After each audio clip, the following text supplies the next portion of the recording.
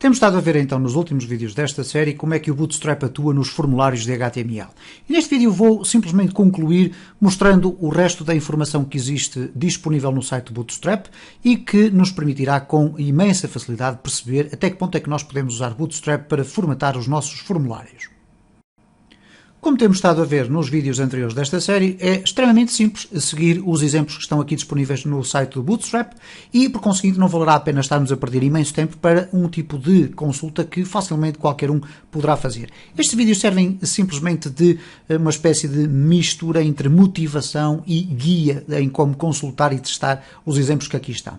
E vamos dar aqui continuidade para que depois, no próximo vídeo, possamos fazer um exemplo aplicando alguns conhecimentos adquiridos anteriormente, da grid e da construção de formulários, para vermos aqui o Bootstrap em ação. Então temos aqui, neste caso concreto e dando continuidade ao vídeo anterior, os field sets desativados. Basicamente é o seguinte: quando nós temos um formulário e temos um elemento input que tem aqui o atributo disabled, automaticamente o que o Bootstrap vai fazer vai ser aplicar aqui duas formatações, basicamente. O que vai ser, nós aqui não necessitamos do placeholder, ou poderemos colocar aqui o placeholder.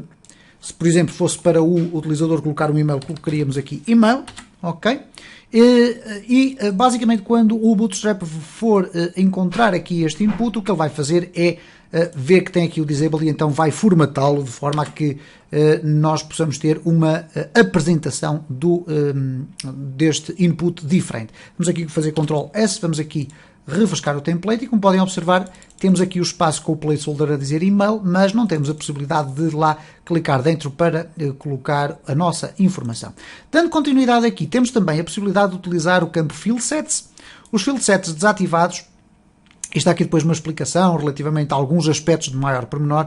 Os field sets desativados são basicamente o quê? É quando nós colocamos no nosso formulário o field set disabled. E o field set disabled significa que o formulário, a partir deste momento, está inativo. Isto é, nenhum dos inputs que está dentro do campo field set pode ser acedido, pode ser alterado. Ora, perguntar-me-ão então, mas que sentido faz nós construirmos um formulário para depois lhe estarmos a dizer que, afinal de contas, ele está inativo? Bom, no caso concreto da utilização exclusiva do HTML, não fará muito sentido, ok? No entanto, quando misturamos HTML com linguagens para a construção de lógica, como é o caso do PHP, nós podemos ter a necessidade de, a determinada altura, analisando os dados e analisando a interação do usuário, poderemos verificar que, neste caso, aquele formulário que habitualmente é apresentado como estando disponível para preencher, numa circunstância específica terá que ter o field set disabled. E, por conseguinte, só nessa circunstância é que faz sentido. E, portanto, analisando isto numa perspectiva exclusiva do HTML, poderá não fazer grande sentido. O que acontece aqui, basicamente, é o seguinte: eu vou copiar e vou colar. Podem utilizar também ali o copy. E vou simplesmente colar aqui dentro, ok? Vamos agora aqui só formatar isto para ficar um bocadinho mais bem parecido. E, portanto, temos aqui o formulário. E neste formulário temos então aqui este campo field set, ou este elemento field set que está aqui, ok? Vamos aqui arranjar mais um espaço. Este elemento field set, que depois termina aqui em baixo e que engloba, serve de contentor de todos estes elementos que aqui estão. O que acontece quando eu fizer Ctrl S e refrescar aqui o meu template, é que aparece então aqui, tudo isto está desativado, todos os botões, etc.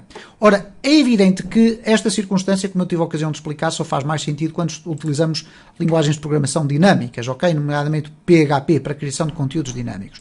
No entanto, vamos ver aqui muito rapidamente o que é que acontece. Se eu, por exemplo, retirar daqui o botão e colocar o botão fora do field set, ok? Colocar aqui em baixo, e agora pressionar e gravar, reparem que o botão enviar fica ativo, os restantes dados ficam inativos. Aqui simplesmente o que acontece é o Bootstrap atribui um aspecto diferente a estes elementos quando ele detecta que existe um field set com o atributo disabled. O mesmo será dizer que eu agora vou fazer Ctrl Z várias vezes até ter novamente o botão dentro do meu espaço. Se eu retirar aqui o disabled, o que vai acontecer então é que todo o meu espaço passa a estar ativo. Portanto, reparem, basta alterar ali um pequeno elemento, ou neste caso o atributo daquele elemento field set, para nós podermos ter então acesso ao resto do funcionamento do nosso formulário. Avançamos então muito rapidamente e se regressarmos aqui então ao site do Bootstrap, o que acontece aqui temos depois o estado read only, ok, nada de extraordinário, vai também impossibilitar aqui a inserção de dados por parte do utilizador, bastará colocar o código e colocar a expressão read only no final e automaticamente o Bootstrap vai formatar de forma a que o utilizador perceba que aquele campo não está ativo.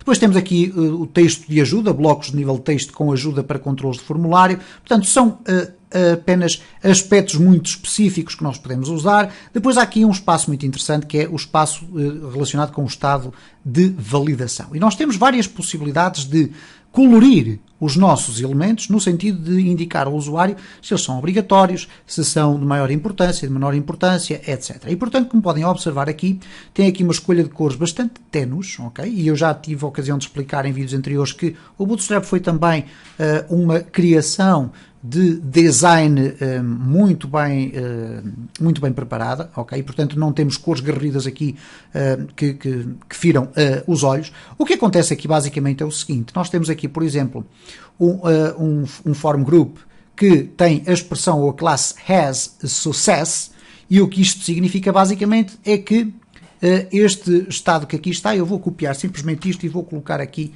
para verificarem qual é a funcionalidade que isto tem. Vamos aqui, vamos a deixar ficar dentro do form, ok? Vamos apagar aqui este espaço, vamos colar aqui, vamos lhe dar aqui um bocadinho de espaço, ok?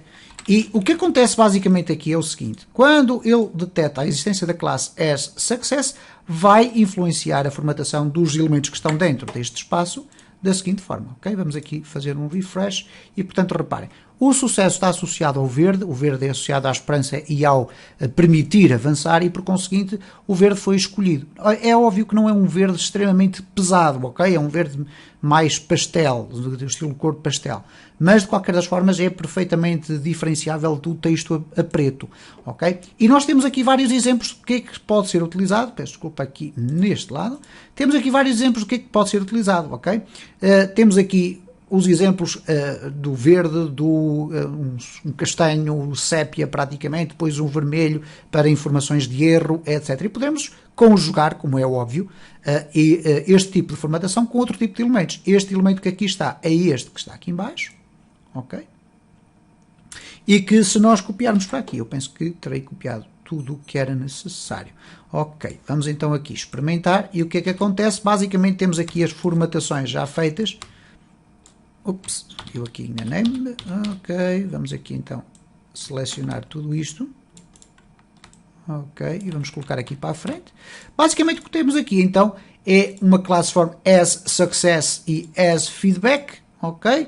E depois temos aqui um input group e depois temos aquela expressão que já vimos em vídeos anteriores, input group add-on, que é aquilo que permite adicionar prefixos e sufixos aos nossos elementos. Portanto, estamos a falar basicamente desta questão que aqui está, adicionarmos aqui este elemento antes e adicionarmos um elemento depois, ok?